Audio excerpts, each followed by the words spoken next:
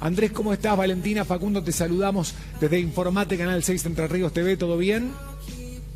¿Qué tal? Buenas tardes, ¿cómo están? Pero muy bien, bueno, en principio la aclaración que las preguntas que vamos a hacer parten de la más profunda de las ignorancias en la materia. Nosotros, digamos, no manejamos en profundidad este tema, por eso queremos saber, a veces por ahí podemos llegar a preguntar algunas cosas que resultan por ahí, obvias, claro, obvias o muy básicas, pero está bueno también para que la gente ya vaya entendiendo de qué se trata, cómo se originan los terremotos, los temblores, cuándo un temblor es considerado terremoto. Exacto. Bueno, los terremotos tienen diferente intensidad. Hay terremotos pequeños y terremotos grandes. El temblor es es un terremoto pequeño en principio. Bien. Pero no es una distinción que se use desde el punto de vista técnico. O sea, todos son terremotos, todos son sismos. Perfecto. Y la diferenciación es por la intensidad. Puede tener intensidad 1, 2, hasta 9,5, que es el terremoto más grande medido. Ese es el 9.5 en la escala de Richter. Ese es el terremoto más grande en la historia, por lo menos de los que se tiene registro. Exactamente. Hasta ahora el más grande es ese, 9,5, que ocurrió en Chile en 1960. Bien, ¿y este que ha sucedido en Turquía, a qué escala ha llegado, Andrés? Este es 7,8. Apa. Y es importante indicar que un grado en la escala de Richter implica 33 veces más energía. Perfecto. O sea que ese de 9,5 es muchísimo más grande que este de 7,8. De todas maneras, la destrucción que produce un terremoto no solo depende de su magnitud, depende de otras variables también. ¿Y qué otros factores intervienen? Bueno, por ejemplo, cuán blando o rígido sea el sustrato, el suelo. En el caso, cuando los terrenos son blandos, un terremoto pequeño puede causar mucha destrucción. Claro. Qué bárbaro. ¿Sí? Y después hay una variable que tiene que ver con las sociedades, con los estados. Por ejemplo, ustedes mencionaron que hay 6.000 edificios que se derrumbaron. Bueno, eso tiene que ver con que no se han usado estándares antisísmicos en las construcciones. Claro. Entonces, y eso probablemente es un problema de eficiencia del Estado, quizás de corrupción. Entonces, acá va a haber muchísimas muertes derivadas de infraestructura inadecuada. Claro, sí. Sí, me parece también importante remarcar este hecho, ¿no? De qué son los sismos, es decir, teniendo en cuenta que nosotros vivimos en el planeta Tierra, que la Tierra está compuesta por capas, de qué forma se generan, si es algo que viene producto del calor desde lo más profundo de la Tierra hacia afuera. Me parece que está bueno por ahí aclarar también qué son los sismos. Está bien, la pregunta es importante. Un sismo es una fractura, es el síntoma del movimiento de una fractura en el interior de la Tierra. En el caso del terremoto de magnitud 7,8 de anteayer, se abrió una fractura de 200 kilómetros de largo.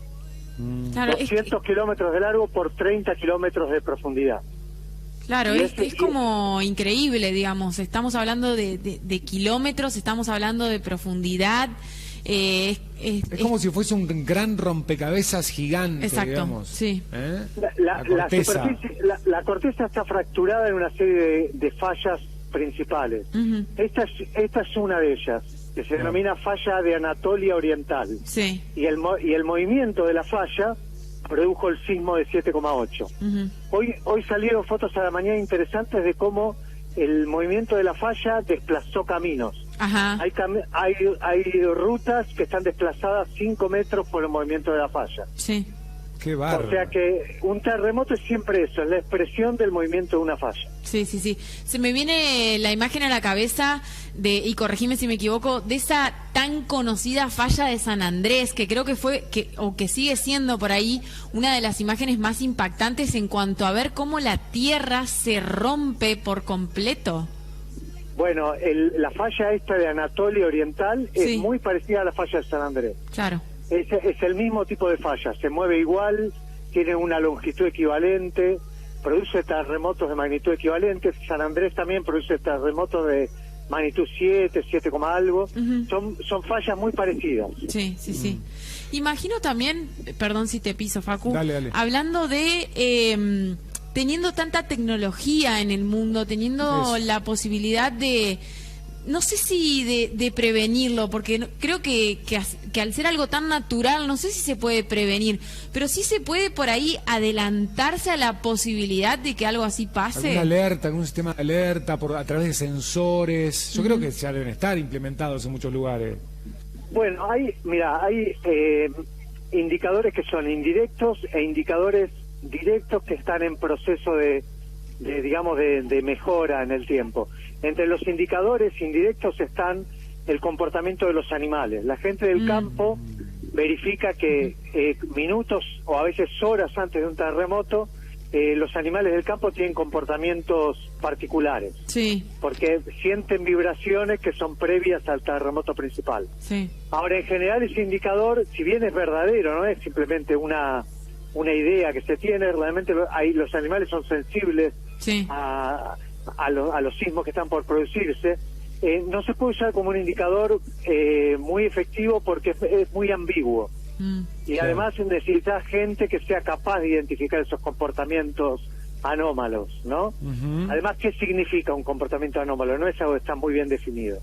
Y ahora, entre los indicadores directos se está trabajando en encontrar ciertos elementos que sean premonitorios. Por ejemplo, hay fallas que antes de moverse producen calor. Ajá. Y ese calor puede ser percibido desde imágenes de satélite. Sí. Entonces, se está trabajando por ejemplo, en el terremoto de Japón de hace 10 años, hubo una anomalía de calor que se produjo en la zona del terremoto. Y así en otros terremotos famosos. Entonces, se cree que en algunos años sí va a haber forma de medir en forma directa cuando se está por producir un terremoto en una zona.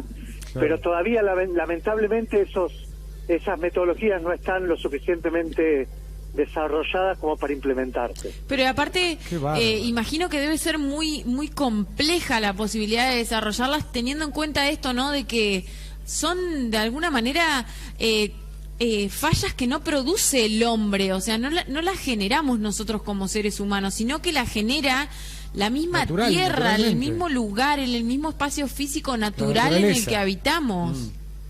Sí, es como tener una discontinuidad que está viva, digamos, en algún punto. Tiene un comportamiento independiente.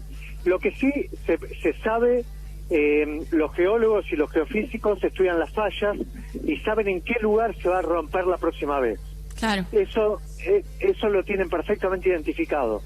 Pero lo que no pueden saber es cuándo va a suceder eso. Pueden saber dónde, pero no cuándo. Sí, ¿Sabes qué? Hablaban esto de la anomalía del calor y otra de las grandes, ¿cómo se dice? Tragedias naturales, catástrofes era la palabra, naturales, son las erupciones volcánicas. También. Que también son así intempestivas muchas veces. Y toman a grandes poblaciones totalmente por sorpresa, porque el tema de poder adelantarse o alertar que esto está por suceder es también contar con el margen de tiempo suficiente para realizar una evacuación. Sí. ¿No? En el caso de las erupciones volcánicas sí se tiene elementos que son precursores. O sea, hay muchas erupciones volcánicas que fueron pronosticadas con exactitud. Bien. Y ahí se pueden implementar digamos, evacuaciones a último momento. O sea, la ciencia de los volcanes está un poco más adelantada que la de los terremotos. Ah, mirá vos. Sí. Y eso no quiere decir que en todos los casos de erupciones volcánicas se logre dar una alarma efectiva, pero en muchos sí. Bien. O sea que más el terremoto, más intempestivo que el volcán. Absolutamente. Determinar cuándo se va a producir un terremoto es más todavía difícil. Una asignatura pendiente en la ciencia, sí. Después, hace no mucho, nos encontramos con una noticia que hablaba del núcleo de la Tierra, que había cambiado el sentido en el que giraba. Aunque nosotros, obviamente, no lo podíamos notar. ¿A qué hace referencia esto del cambio de sentido en lo que sucede dentro del núcleo de la Tierra, Andrés?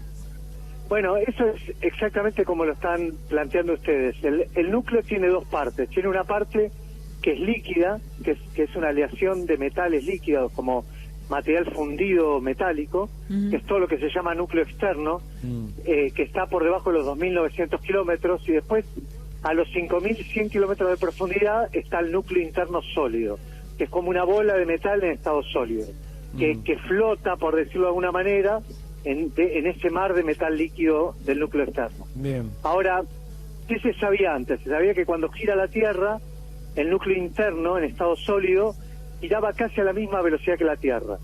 De hecho, un poco más rápido, o sea, a un grado por año más. O sea que en 400 años daba una vuelta más que la Tierra, el núcleo interno. Bien. Lo que se descubrió ahora, que es no preliminar, digamos, pero es algo que es discutido, que no toda la comunidad está 100% de acuerdo, es que el núcleo interno se mueve junto con la Tierra, como se pensaba, pero cada tanto se frena, tiene la misma velocidad que la Tierra, y después tiene una velocidad un poco menor que la Tierra, o sea que la Tierra le gana al núcleo interno. Si lo vemos desde la perspectiva de la Tierra, es como que el núcleo se moviera hacia atrás. Bien. Sí, y eso pasa cada 70 años, que el núcleo va más rápido y va más lento que la Tierra. Es un ciclo de 70 años. Claro. Eso se cree que sucede de esa manera. Y esto puede llegar a incidir, digamos, en el funcionamiento. Nosotros, puede llegar a provocar algunas otras cuestiones. Algún cambio, algo. O para nosotros es exactamente lo mismo.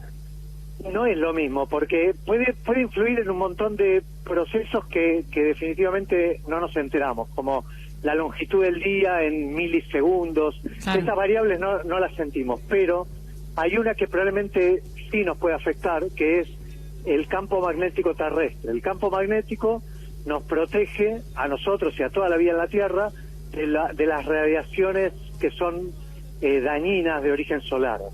Es como un escudo protector.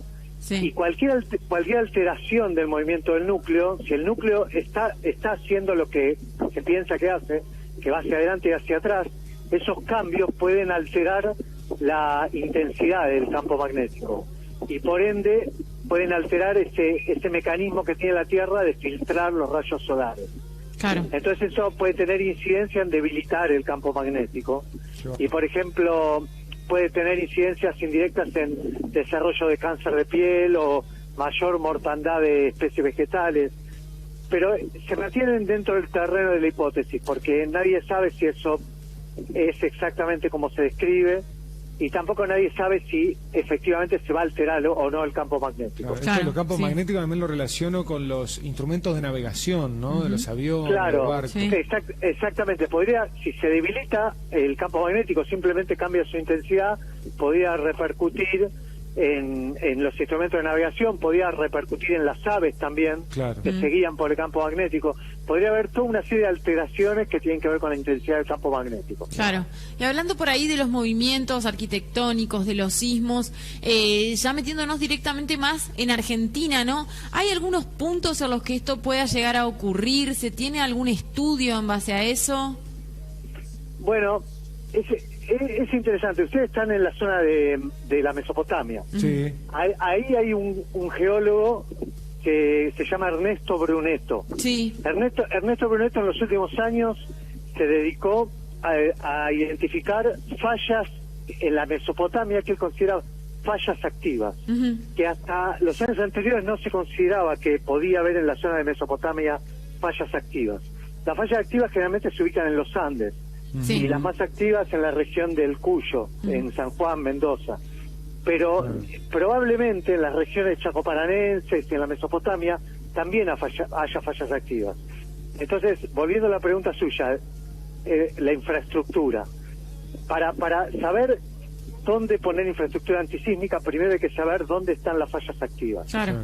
Entonces, hay todo un trabajo que todavía está pendiente en Argentina, que es identificar las fallas activas, su ubicación, su longitud, cuándo se rompieron, cuándo produjeron sismos. En algunos lugares se conoce ese comportamiento y en otros no tanto, como en la zona mesopotámica.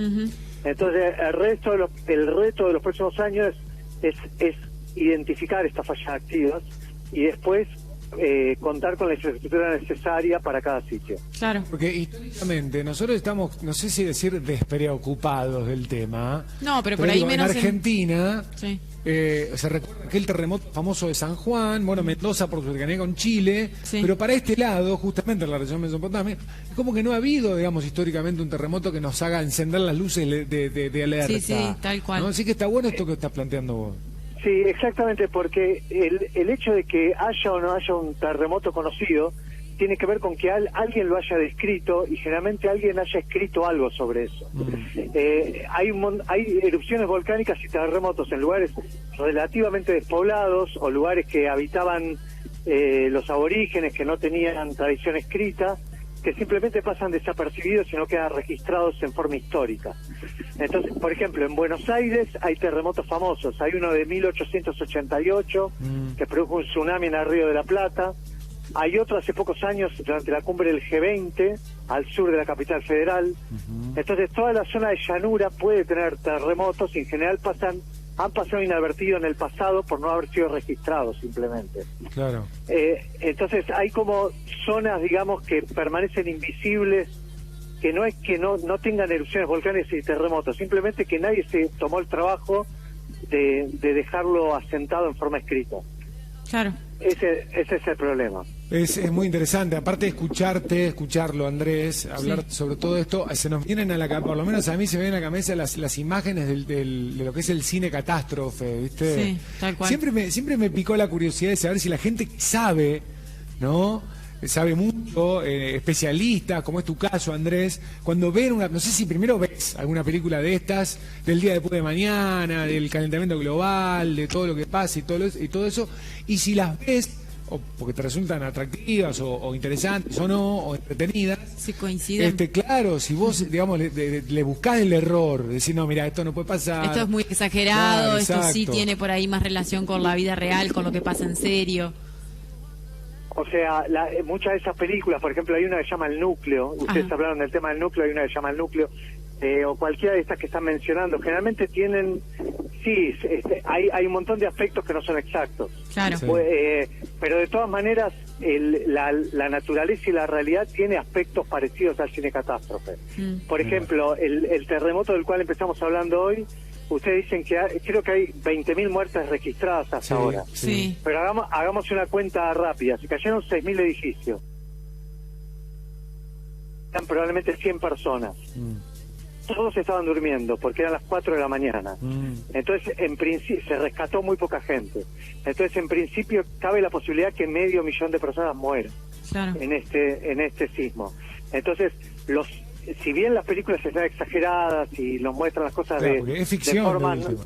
Claro. claro, nos muestran las cosas de formas no exactas, la realidad tiene aspectos del cine catástrofe. Claro. O sea, los sismos y los volcanes producen una enorme cantidad de muertes. Sí, sí, sí, sí. Tremendo. Bueno, Andrés, muy agradecidos por todos estos minutos que nos has dispensado para hacer referencia a este tema que nos parece absolutamente pero muy interesante, más allá de que el desencadenante para que hablemos de esto sea una noticia tan triste como esto del terremoto que ha dejado un saldo realmente lamentable.